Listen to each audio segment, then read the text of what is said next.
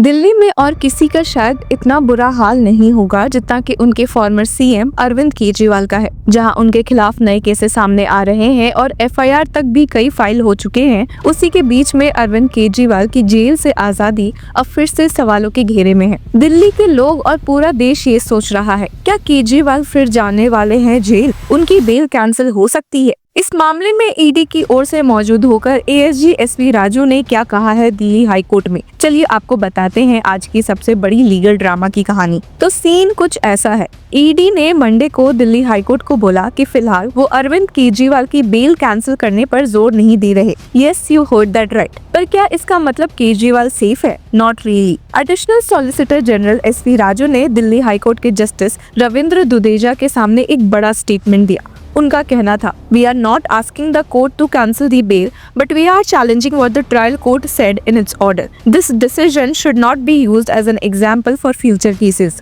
अब ये line simple शब्दों में समझे तो ईडी कह रहा है कि अभी बेल कैंसिल नहीं करनी, पर जिस तरीके से बेल मिली वो गलत है, मतलब आगे चलकर कुछ भी हो सकता है। अब यहाँ पर जरा फ्लैशबैक में चलते हैं। केजरीवाल को मार्च 21, 2024 को ईडी ने अरेस्ट किया था दिल्ली एक्साइज पॉलिसी स्कैम में। फिर मई 2024 में सुप्रीम कोर्ट ने उनको इंटरिम बेल दी थी टिल जून 1 इलेक्शन के मद्देनजर। उसके बाद जून 20 को राउस एवेन्यू कोर्ट की वेकेशन जज न्याय बिंदु ने उनको रेगुलर बेल दे दी। अपने ऑर्डर में जज न्याय बिंदु ने कहा भी था कि ईडी के पास दिल्ली सीएम अरविंद केजरीवाल के खिलाफ कोई डायरेक्ट एविडेंस नहीं है, पर ईडी को ये बात हजम नहीं हुई। ईडी ने तुरंत दिल्ली हाई कोर्ट में चैलेंज किया और बेल ऑर्डर को स्टे करवा लिया। तो अब केजरीवाल की सिचुएशन ये है, वो सुप्रीम कोर्ट के इंटरिम बेल पर अभी भी आजाद है, पर उनकी ट्रायल कोर्ट वाली बेल पे स्टे है और ईडी कह रहा है कि ये बेल का ऑर्डर ही परवर्स है। एएसजी एसवी राजू ने और भी कुछ इम्पोर्टेंट बातें बोली है कोर्ट में।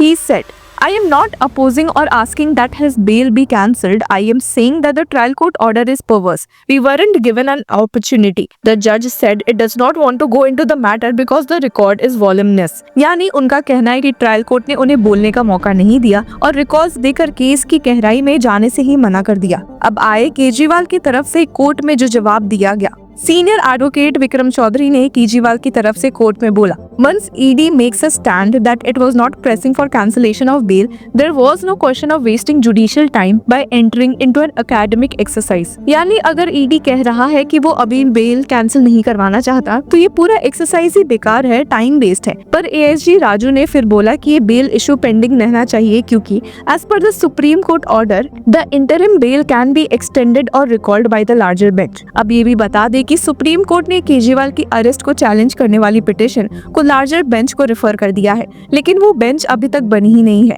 इसलिए एएसजी एसवी राजू कह रहे हैं कि अगर लार्जर बेंच ने इंटरिम बेल कैंसिल कर दी तो ईडी की ये बेल कैंसिल वाली प्ले इम्पोर्टेंट हो जाएगी। तो अब क्या मतलब निकलता है इसका? मतलब ये कि ईडी एक स्ट्रॉन्ग लीगल ग्राउंड वर्क बना रहा है। आज नहीं कल सही केजरीवाल के बेल कैंसिल करने का पूरा मूड है एजेंसी का। हालांकि सीनियर एडवोकेट विक्रम चौधरी ने ईडी की रिक्वेस्ट को अपोज किया और बोला कि सुप्रीम कोर्ट ने इंटरिम बेल देकर ऑलरेडी क्लियर कर दिया है कि वो अरेस्ट जस्टिफाइड नहीं थी। उन्होंने ये भी बोला, the trial court order is well reasoned and that the apex court order granting interim bail to Kejriwal is as good as regular bail. और एक और बड़ा पॉइंट उन्होंने ये उठाया, the Supreme Court while granting bail to a co-accused in the case had noted that all the accused persons were out on bail. यानी अगर सभी अक्यूज्ड बेल पर है तो केजरीवाल को बेल मिलना कोई एनोमली नहीं है। तो अब क्या होगा? दिल्ली हाई कोर्ट ने केस को जुलाई 30 के लिए अर्जन कर दिया है। तब तक सुप्रीम कोर्ट का लार्जर बेंच का क्या डिसीजन आता है,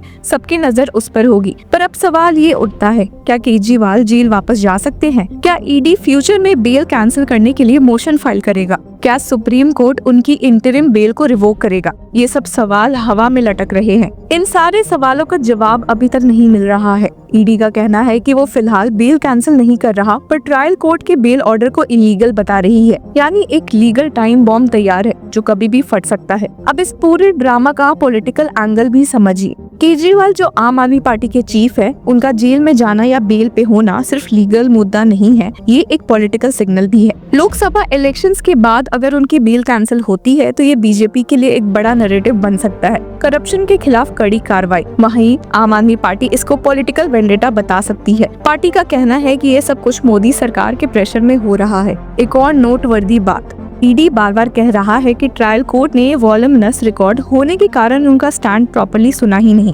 ये भी एक लीगल लूप होल क्रिएट करने की स्ट्रैटेजी लगती है जिससे उनको अपर कोर्ट में एज मिल सके। तो कंक्लूजन में क्या कहना चाहेंगे? यही कि अरविंद केजरीवाल की लीगल लड़ाई खत्म नहीं हुई है बल्कि अभी शुरुआत हुई है। फिलहाल वो इंटरिम बेल पर है, लेकिन उनका जेल जाना बिल्कुल भी आउट ऑफ क्वेश्चन नहीं है। जुलाई 30 को क्या होता है, सुप्रीम कोर्ट का लार्जर बेंच कब बनता है और ईडी के स्टेज पर बेल कैंसिल करने के लिए फॉर्मली प्रेस करेगा, ये सब आगे डिसाइड करेगा कि केजरीवाल की आजादी कितनी देर की मेहमान है। तो व्यूअर्स, आपको क्या लगता है, क्या केजरीवाल फिर जेल जाएंगे या ईडी का ये पूरा मूव एक पॉलिटिकल प्रेशर टैक्टिक है? कमेंट करके जरूर बताएं और तब तक के लिए कीप फॉलोइंग लॉ चक्रा।